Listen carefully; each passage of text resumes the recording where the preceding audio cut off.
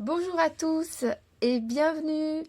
Si tu es là pour ton évolution, bienvenue à toi. Alors aujourd'hui, est-ce que tu veux oser briller davantage et te débarrasser complètement du syndrome de l'imposteur? Eh bien, tu es vraiment bienvenue.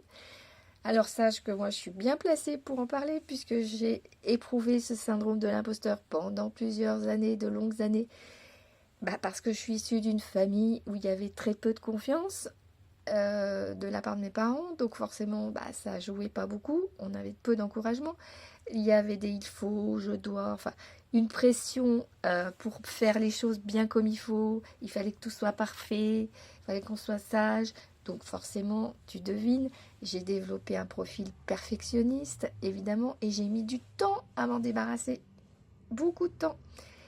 Et je m'en suis débarrassée avec des stratégies spécifiques comme l'hypnose, l'auto-hypnose, les méditations, des exercices d'acceptation, etc. Et j'y reviens, mais avant, on va développer les 5 piliers pour se débarrasser du syndrome de l'imposteur, pour évoluer et oser briller dans tes talents. Alors, on aborde ça tout de suite après, mais avant, je me présente. Je suis Myriam Luminea et je suis coach transformationnel, holistique et également hypnothérapeute. Alors, on commence par le premier pilier essentiel qui sont ciblés pour le syndrome de l'imposteur. Le premier pilier, c'est bien sûr l'accueil indispensable et l'accompagnement des techniques respiratoires, donc régulation du système nerveux. Régulation du système nerveux par la relaxation profonde, par des exercices corporels pour calmer le stress, le nerf vague, parce que le nerf vague est vraiment le nerf de la confiance et c'est lui qui permet de décélérer, de mettre sur pause et c'est lui qui nous permet de rentrer en relation avec les autres de manière détendue, en sécurité. En fait, c'est le nerf de la détente et de la sécurité. Donc, il est indispensable, surtout quand on a emmagasiné trop de stress dans sa vie. Et il faut détendre tout ça. Donc, voilà le premier pilier. C'est pour éviter de rester dans le mode survie, bien sûr, mais plutôt d'agir naturellement dans un mode de paix et de détente. Et ça passe par la théorie polyvagale, ça passe par les exercices sur le système nerveux. Le deuxième grand pilier, c'est un accompagnement bien sûr sur l'origine donc du syndrome, c'est-à-dire les causes de ton profil spécifique, parce qu'il y a plusieurs profils du syndrome. Donc on fera une écoute bien sûr attentive à tes causes pour savoir d'où ça vient exactement. Et on identifie non seulement l'origine, bien sûr, mais également les déclencheurs, parce qu'il y a des déclencheurs spécifiques qui font que tu vas avoir des comportements spécifiques. Et quand tu les as bien détectés, ça te permet de les déjouer. Voilà, donc sache que en dehors des tests qu'on fait, parce qu'il y a des tests bien sûr spécifiques pour identifier ton profil que tu as, donc personnalisé, eh bien, en dehors de ça, de ces tests, j'aide mes clients à comprendre les mécanismes sous-jacents, inconscients, qui font qu'ils ont ce genre de syndrome.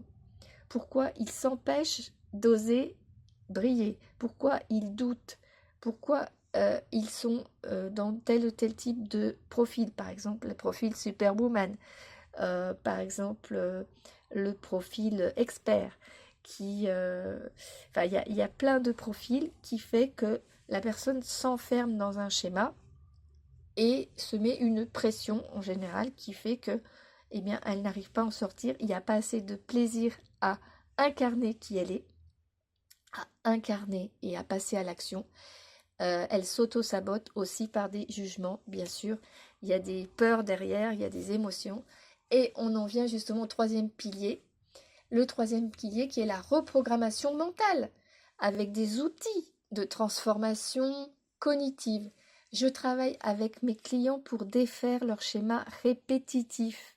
car on en a marre de répéter les mêmes choses ou de s'auto-saboter. C'est fini. Donc, je te propose donc de sortir de ces schémas de pensée aussi qui te limitent avec des comportements tout aussi limitants. Et pour cela, eh bien, il faut sortir des boucles répétitives, il faut comprendre ton histoire et l'accepter. Parce que c'est également par l'acceptation que tu vas pouvoir te déployer. Et en effet, tu vas pouvoir sortir aussi du système de victimisation et du coup, tu vas pouvoir prendre ton ampleur, prendre ta responsabilité et agir. Et donc tout ça, ça va te permettre de libérer enfin tes croyances qui te limitent. Qu'est-ce que c'est que les croyances limitantes? C'est des croyances qui nous bloquent dans un type de fonctionnement et qui nous bloquent notre vision, qui nous font des angles morts. On voit que certaines choses. Donc du coup, on ne croit pas qu'on peut sortir de notre zone du connu. Enfin, il y en a qui disent la zone de confort, mais en fait, c'est la zone où on a l'habitude d'être. C'est la zone où on se sent en sécurité. Et bien, pour sortir de cette zone et être dans cette zone d'expansion positive, eh bien, c'est nécessaire de sortir et d'identifier les croyances qui nous limitent. Voilà. Ensuite, le quatrième pilier, c'est les stratégies émotionnelles et comportementales. Alors, j'ai juste oublié de te dire que... Attends, une seconde. Que la reprogrammation mentale se fait avec des techniques d'hypnose et des outils de transformation cognitive, comme je te le disais. Mais cela se met en place petit à petit. Il y a besoin de très peu de temps pour y mettre en place. Et surtout, tu vas gagner un temps fou avec toute la structure que je te propose et tous les guides que je te propose et également les coachings personnalisés que je te propose. Mais en attendant, si tu es intéressé par les 6 pièges qui t'empêchent d'oser briller, indique-le-moi en commentaire. Ou si tu préfères connaître les 3 secrets qui permettent de sortir de l'auto-sabotage et du syndrome de l'imposteur, pareil, il y a un lien en dessous le commentaire et tu peux cliquer dessus pour t'inscrire à un webinaire où tu connaîtras ces 3 secrets. Je te dis à bientôt dans ce webinaire où on parlera de ces secrets. Voilà, et bien écoute, donc ce 4e pilier, c'est le pilier émotionnel et comportemental, et ça va permettre de gérer tes émotions difficiles. Parce qu'on a tous des émotions difficiles, récurrentes. Encore faut-il ne pas rester bloqué dans une émotion négative et tourner en boucle, parce que là, c'est ce qui est de pire. Donc, les traverser, ces émotions, c'est important. Cultiver donc sa résilience, sa manière donc de traverser ses émotions et de les accueillir avec une acceptation et surtout une écoute complète, un accueil complet, une bienveillance.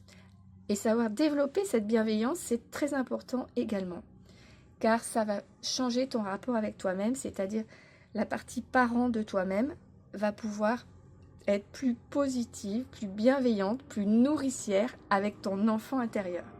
Et ça fait partie également des choses qui me tiennent à cœur, car ça fonctionne très très bien de s'occuper de ce schéma-là et d'accueillir en fait ces émotions de l'enfant intérieur et surtout de lui donner toute la bienveillance qu'il mérite.